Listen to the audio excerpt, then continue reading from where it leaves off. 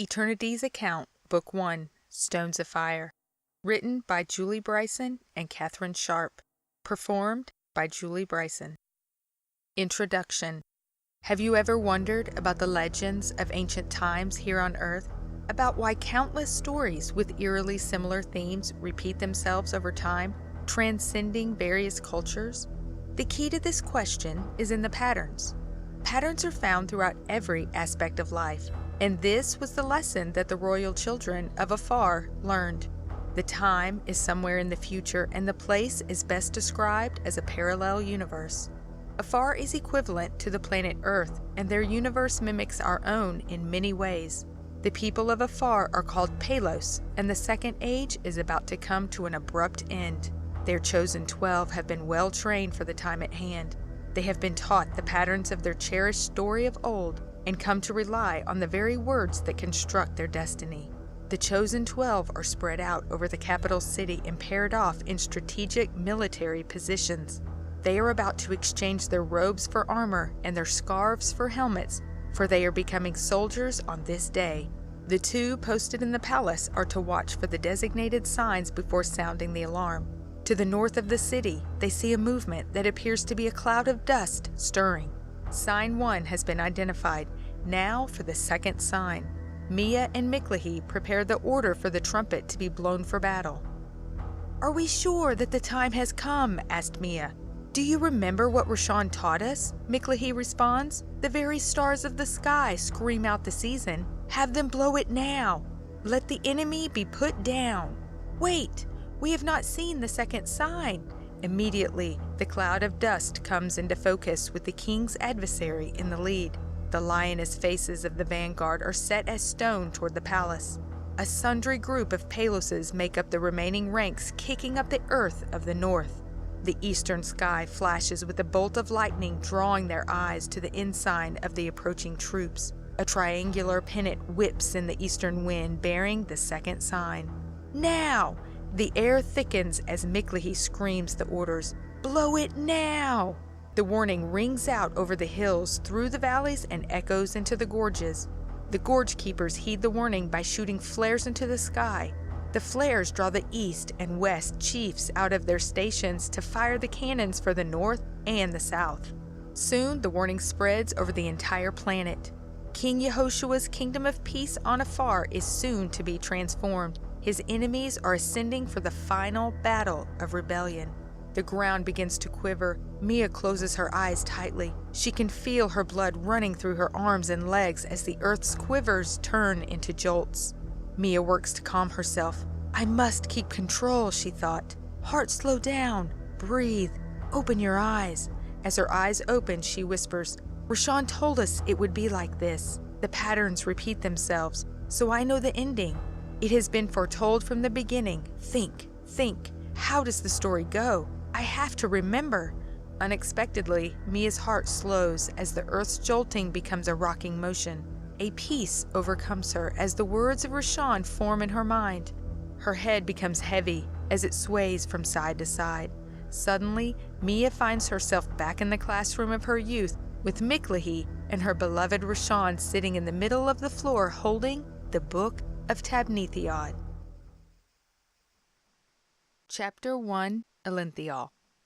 Rashan, the keeper of secrets, sat in the center of the classroom waiting for the children's excitement to quiet so he could begin.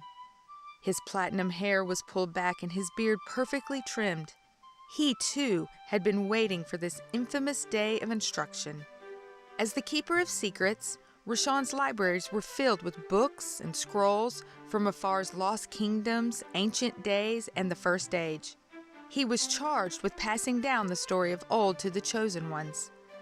Rashan was the kingdom's chief librarian, historian, astronomer, and storyteller. It was his family that had collected the unaltered story of old through the generations. They had taken residence in the court of every kingdom since the beginning of the Second Age. "Children," Rashan called out to his audience, "sit and learn." On his lap lay the book of Tabnithiad. At the beginning of the Kingdom of Peace, King Yehoshua had given it to him to use on this very day. At first glance, it looked like an ordinary book, but it was not.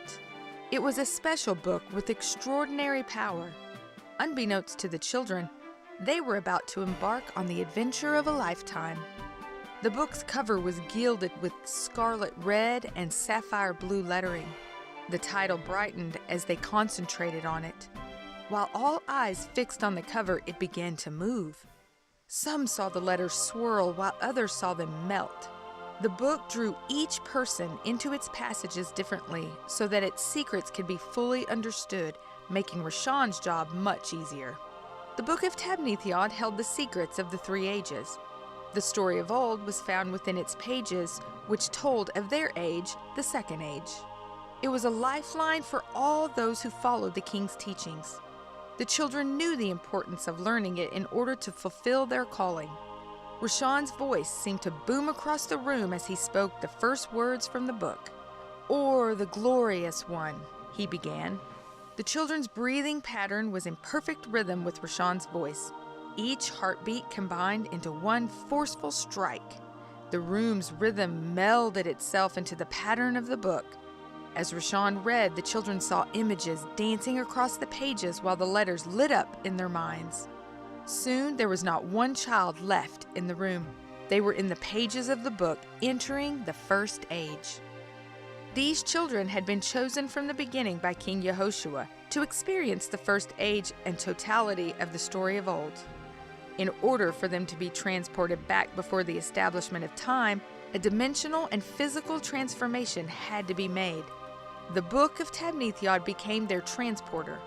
As the children traveled through the book's pages, the atmosphere around afar became heavily saturated with oxygen and tightly enclosed by its cosmic surroundings.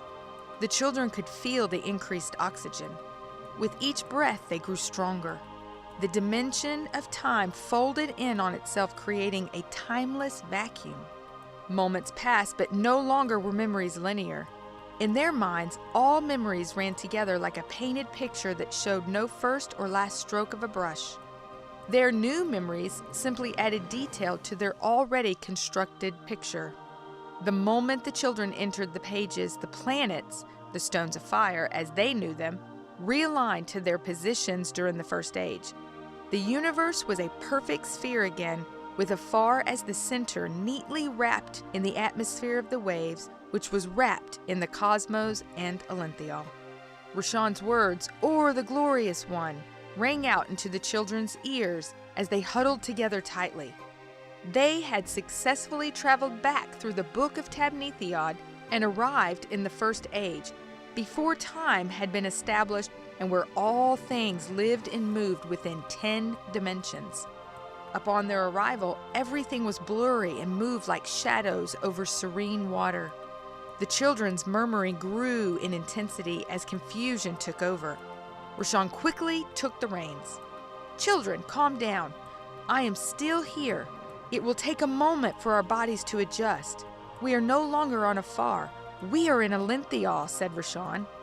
Elenthial is the outer portion of the universe. We are beyond the skies of Afar and even beyond the cosmos itself. "Why are my legs tingling?" asked Mia. "Our bodies are limited to 4 dimensions: height, depth, width, and time. We are not accustomed to moving within the other 6. However, today we will.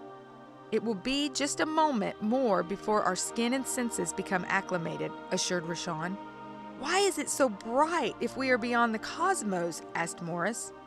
"Have patience. I assure you that all of your questions will soon be answered," Rashawn informed them as he waited for their senses to sharpen. Just as he promised, their eyes focused and their ears heard things they could not identify. Calmness covered them as beauty filled their vision. A great light floated toward them. The children were mystified and intrigued. A comforting, gentle voice welcomed them into Elenthial.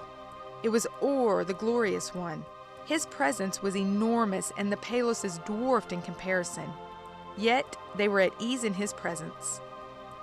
"Welcome, children. I am pleased to see you have arrived exactly as planned," Or stated in his clear and gentle voice. "Rashawn, you did well holding on to the Book of Tabnethiod on your journey here." He looked at the children and back to Rashawn. I want you to get a feel for the universe as I created it. You will be given a tour of all the pertinent sites before your grand adventure begins. It is vital that you rely on what you have been taught and share your knowledge with them."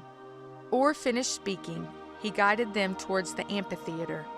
As they walked through Elenthial's capital, Salem, they immediately noticed how bright their surroundings were, yet no sun could be seen. They saw lush vineyards laced between the buildings as far as the eye could see. From a distance, they saw the Elenthial Hall, and beyond that, the Great Temple, which was an enormous structure with a vast river flowing from the porch and then splitting into several directions throughout Elenthial. The outer walls of the temple were built with materials found only in Elenthial, which were unidentifiable to the visitors, but looked like translucent, melted jewels swirled together. "What makes that temple look like it is floating?" asked Morris. "I am not sure," answered Rashawn, or turned his head to respond. "Here things exist in a multitude of dimensional levels. I feel confident that before this is over, you will understand." A flurry of lights came into focus as a group of angelic beings approached the children. "They are so big," Megan stated. "What is that animal with those men?" Andrew asked while looking at Rashawn for an explanation. Rashawn's face lit up as he realized he was about to meet an Abir, which is an ox-type creature. After a brief introduction to the group of angelics, Orr ushered the children forward. "Did everyone get to meet an angelic being?" Rashawn asked, hoping to engage the children in discussion as they followed Orr toward the amphitheater. "We met some really big guys," Mickley said as he pointed to his friend Connor. "Those are not guys. They are something else," Mia challenged. Rashawn jumped in to clarify. "The large men are angelics. They are called Malaks and are able to change their size and appearance. They are not flesh and blood like we are. They simply resemble our form. I saw some of you speaking to an Abir. How was that?" "I could not believe that buffalo could talk," admitted Megan.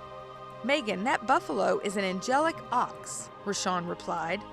"But isn't an ox another word for cow?" "It was too beautiful to be a cow."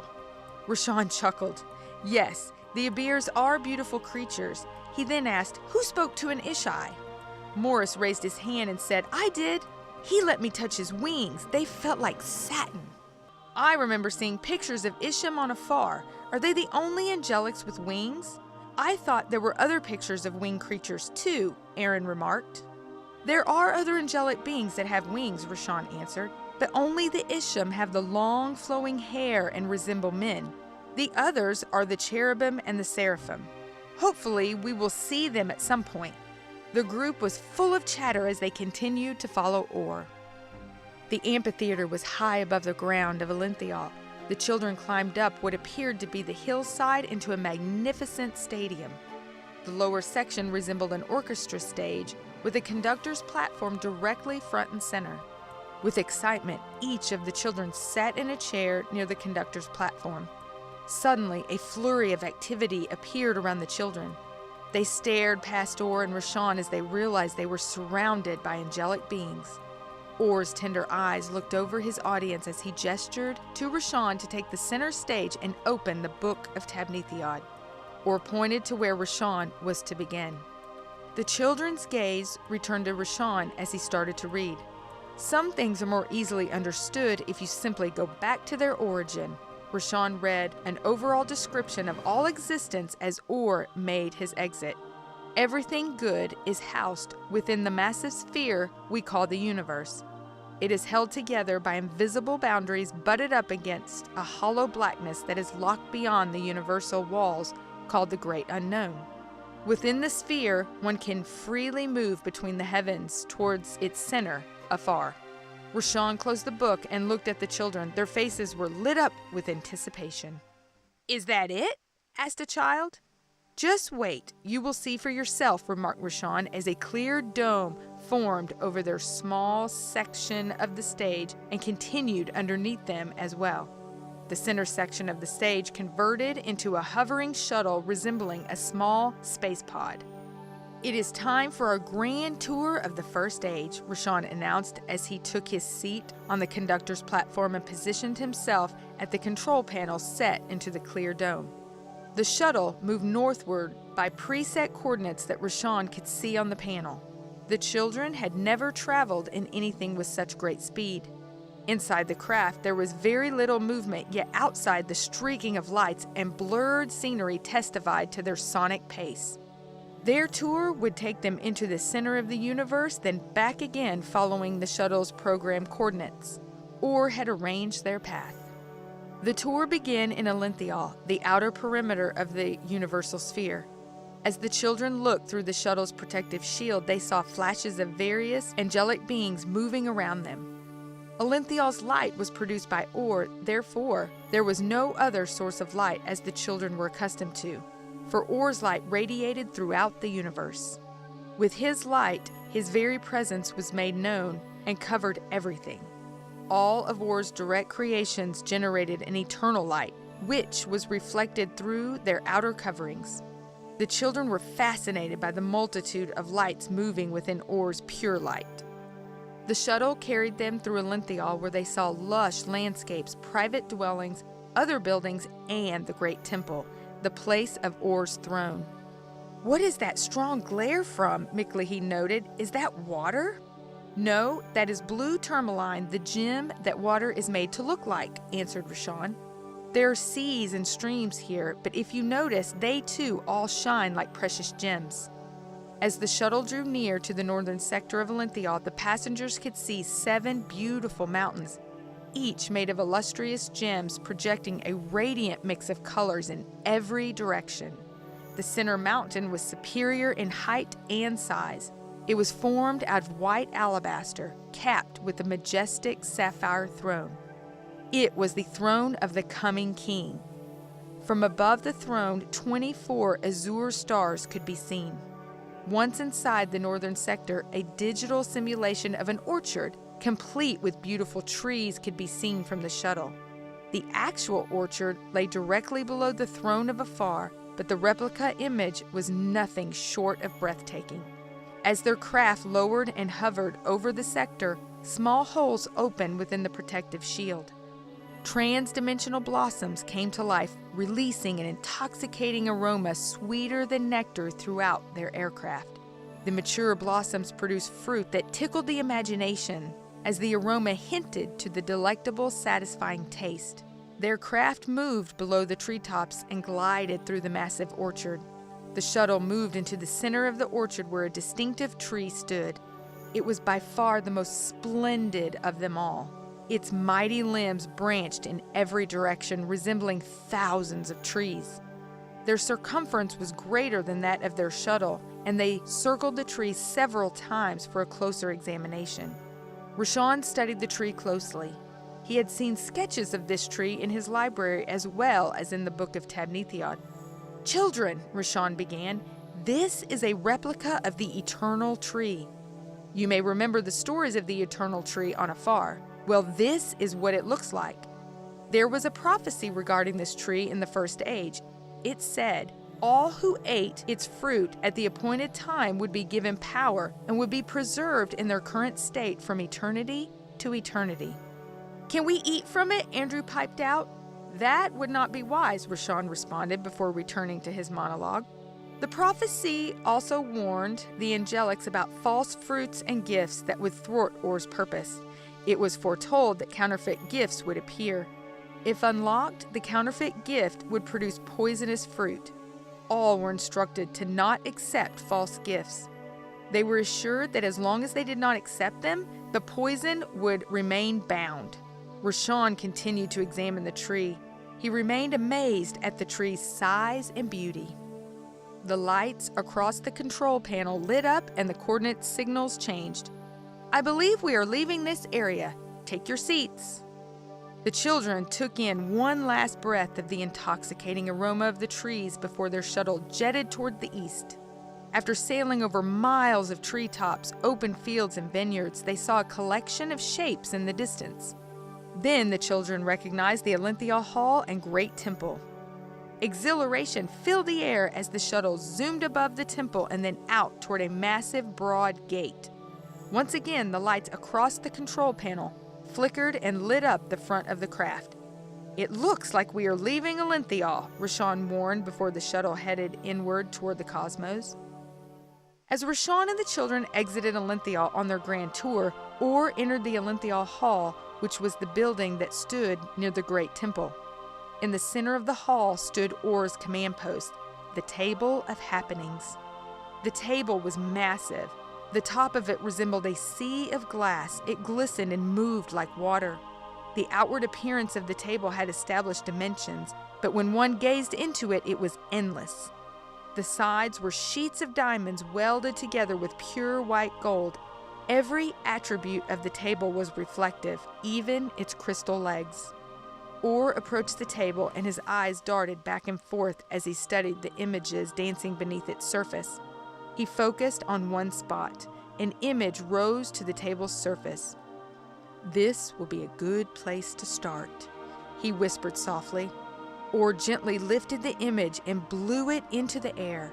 The image of a cherub and 2 Malaks streamed across the room, struck a large brazen door, and then disappeared into a small theater. Chapter 2: The Stone Rahab. Rashawn's training was being put to use. His knowledge of the ancient stories helped him recognize the layout of the second heaven. The cosmos of the first age looked nothing like that of the second age. "Hey, Rashawn," Morris called out. "Look at the stones of fire. They look like a 5 on the face of dice." "I think it looks like a pyramid," Alyssa added. Everyone looked at Alyssa, then back at the stones of fire's formation. Now everyone saw them in a different way. Their pattern did construct an enormous pyramid. "Where are the other stones?" Connor asked as he counted only 5. The 5 planets, the stones of fire, were arranged in a multi-dimensional pattern. 4 of the stones were laid out in a perfect square. In the middle of this square, but far above the other stones, the 5th stone was arranged. The view of the stones of fire jolted Rashawn's understanding of Orr's arrangement. "Alyssa, wonderful observation. It is in a pyramid shape. By this layout, Afar is directly aligned with Salem as well as with the northern sector. We need to remember that Orr has a reason for this." Rashawn's enthusiasm was spreading to the children as they realized that they were witnessing a structure of grace. Rashawn had practiced this speech for years. However, it had never made as much sense as it did on this day. He began sharing the stories and history that had been passed down to him through his family and taught by King Yehoshua. He knew that the children needed as much background information as possible in order to fully appreciate their tour and to understand each stop's importance. He began with, "In the cosmos, Orr established 5 stones of fire for the pleasure of his angelics as well as for himself. They each had a unique color and purpose." The children were staring out at the arrangement of the stones of fire in the distance, wondering which direction they would go first when the coordinates for Rahab appeared on the panel. The wandering shuttle locked into the sequence and shot across the cosmos. While the shuttle carried the children to Rahab, the green stone of fire, Rashawn decided it was a good time to introduce them to Sar, Rahab's leader and Orr's most beautiful creation. The illustrious stone of Rahab was given to Orr's most trusted angelic being. He was once known as Sar. Sar was the most beautiful and wise angelic in existence. "Why did you say he was once known as Sar?" Morris interrupted Rashawn's introduction. Rashawn tilted his head as he looked over to Morris with a vague response. "Because things happen, and not all things are as they once were. I was taught as they were and not as they are." "What kind of angelic being is he?" Andrew jumped in. He hoped he was in a beer because he liked how they looked. "I am pleased that you are listening. I have a complete introduction prepared for you on each stone of fire as well as on the angelic that is accountable for that stone. I hope not to miss one detail." Rashawn looked at Andrew to address his question. Sar is a cherubim, which is a 4-faced angelic. However, Sar does not bear all 4 faces at once. Orr appointed Sar to one of the highest ranks, Prince of the Cherubim. The cherubim were a group of 5 that worked directly under Orr. but as a prince, Sar was over the other 4 cherubim as well as the other angelics. You need to understand that Sar was not only accountable for Rahab, his responsibilities reached beyond that one stone. Sar was the head of the angelics during the first age. His job was to also prepare the way for the coming king and to bring glory to Ur.